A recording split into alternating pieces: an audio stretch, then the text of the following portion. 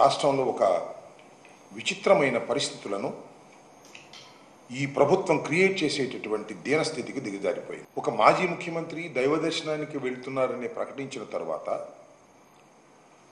రాష్ట్ర వ్యాప్తంగా ప్రకంపనలు సృష్టించాలనేటువంటి ఒక దురుద్దేశంతో అనేక రకాలైనటువంటి విషపూరితమైన ప్రచారాలు చేయడంతో పాటు అశాంతిని క్రియేట్ చేయాలనేటువంటి ఒక దుర్బుద్ధితో ఇవాళ రాష్ట్ర ప్రభుత్వమే పనిచేయటం, ఆ రాష్ట్ర ప్రభుత్వంలో ఉన్నటువంటి 3 పార్టీలు కూటమి ఇదే విధంగా ప్రవర్తన చేయడం చాలా దురదృష్టకరం.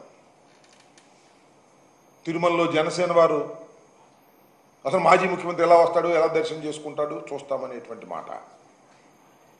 భారతీయ జనతా పార్టీకి సంబంధించిన వారు హైదరాబాద్ నుంచి కూడా వచ్చి ఇక్కడే కూర్చొని జగన్మోహన్ రెడ్డి గారిని మేము అడ్డుకుంటాం, కొండ మీదకి ఎలా వెళ్తాడు అనేటువంటి మాట. తెలుగుదేశం మాట కూడా ఇదే మాట, అక్కడ ఉన్నటువంటి నాయకులు. ఇక చూస్తే పోలీసు వారు ఏంటంటే, జనరల్గా నేను ఎప్పుడు ఇంత విచిత్రమైనటువంటి పరిస్థితిని నేను తిరుమలలో చూడలా, రాష్ట్ర వ్యాప్తంగా కూడా చూడలా. ఏదైనా ఒక ఆందోళన జరుగుతున్నప్పుడు ఆ ఆందోళనని కట్టడి చేయటం కోసం నోటీసులు ఇస్తారు. ఇక్కడ ఆందోళన ఏముంది? జగన్మోహన్ రెడ్డి గారు దైవ దర్శనానికి వెళ్తున్నాడు, ఆయన కూడా ఒక 6-7 కలిసి వెళ్తున్నారు. It is an official announcement. మీరందరూ రావడానికి వీల్లేదని ఎక్కడో రాయలసీమలో ఉన్న వారికి నోటీసులు ఇచ్చే కార్యక్రమం చేస్తున్నారు. మా ఎంపీ జనరల్గా ఉంటారు, తిరుమల ఎంపీ గురుమూర్తి గారు వైఎస్ఆర్ కాంగ్రెస్ పార్టీ నుంచి గెలుపొందినటువంటి వ్యక్తి. ఆయన జగన్మోహన్ రెడ్డి గారు వచ్చినప్పుడు పార్టీ అధ్యక్షులు కాబట్టి ఆయన కూడా అకంపెనీ అవ్వచ్చు. ఆయనకు నోటీస్ ఇచ్చారు, నువ్వు రావడానికి వీల్లేదు,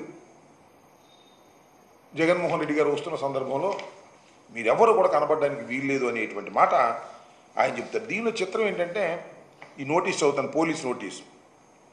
27/9/24 తేదీన మాజీ ముఖ్యమంత్రి వర్యులు వైఎస్ జగన్మోహన్ రెడ్డి గారు తిరుమల తిరుపతి సందర్శన ఉన్నందున సదరు కార్యక్రమానికి అనుమతి లేదని మీ ఆధ్వర్యంలో కార్యకర్తలతో మరియు మీ సొంత వాహనాలతో బయలుదేరి తిరుపతికి చేరుకుని వారు నిర్వహించే కార్యక్రమంలో పాల్గొంటారని సమాచారం. ఇది మాకు సంబంధించినటువంటి ఒక లెటర్కి ఇచ్చినటువంటిది. ఏంటి? మాజీ ముఖ్యమంత్రి వర్యులు వైఎస్ జగన్మోహన్ రెడ్డి గారు తిరుమల తిరుపతి సందర్శన ఉన్నందున సదరు కార్యక్రమానికి అనుమతి లేదంట. ఇది ఎక్కడ కూడా అండి, నాకు అర్థం కాలేదు. శ్రీ శ్రీ శ్రీ శ్రీ శ్రీ వెంకటేశ్వర స్వామిని మాజీ ముఖ్యమంత్రి గారు సందర్శించడానికి ఎవరి అనుమతి కావాలి? పోలీసు వారి అనుమతి కావాలా? నేను తిరుపతి వెళ్ళాలనుకున్నాను, ఎవరి అనుమతి కావాలి? నా మనసు అనుమతి కావాలి, భగవంతుడు అనుమతి కావాలి. అనుమతి లేనందున జగన్మోహన్ రెడ్డి గారు అనుమతి లేనందున మేము దాన్ని మీరెవరు రావడానికి వీల్లేదు అనేటువంటి మాట. పోలీసు వారి అనుమతి, శ్రీ వెంకటేశ్వర స్వామిని సందర్శించుకోవడానికి పోలీసు వారి అనుమతి అవసరమా? ఎప్పుడైనా ఉందా చరిత్రలో? చాలా దుర్మార్గమైనటువంటి మాటలు మాట్లాడుతున్నారని మనం చేస్తున్నాం. మొన్నటిదాకానేమో లడ్డూ తయారీ నెయ్యిలో జంతువులు కొవ్వు కలిసిందని ప్రచారం. నిరూపించండి అంటే సిట్ వేస్తాం, స్టాండ్ వేస్తామని ఎవరిని వేశారు, వాళ్ళకి కావాల్సిన వాళ్ళని.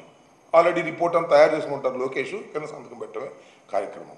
ఇవాళ జగన్మోహన్ రెడ్డి గారు దైవ దర్శనానికి వెళుతున్నాను అంటే డిక్లరేషన్ ఇస్తారా? ఎవరా డిక్లరేషన్ ఇవ్వకపోతే వెళ్ళనీయం. ముఖ్యమంత్రి గారు మాట్లాడుతున్నాడు, రాష్ట్ర ముఖ్యమంత్రి డిక్లరేషన్ ఇవ్వాలని. పురంధరేశ్వర్ గారు మాట్లాడుతున్నారు, డిక్లరేషన్ ఇవ్వాలని.